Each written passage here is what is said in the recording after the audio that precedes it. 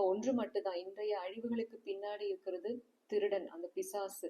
அவன் திருடவும் கொல்லவும் அழிக்கவும் தான் வந்திருக்கிறான் என்று வேறு ஒன்றுக்கும் வரான். ஆனால் நானும் ஜீவனை கொடுக்கவும் அந்த ஜீவன் பரிபூரணப்படவும் வந்தேன்றார். அவன் தலை நசுக்கப்பட்டது சிலுவையில.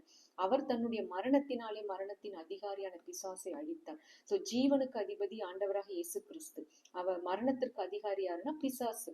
சோ அந்த பிசாசை நாம் எதிர்த்து நிற்கும் பொழுது, இப்படிப்பட்ட மரணங்களை நாம் எதிர்த்து நிற்கும் பொழுது நிச்சயமாக அவன் நம்மை விட்டு ஓடி போவான்.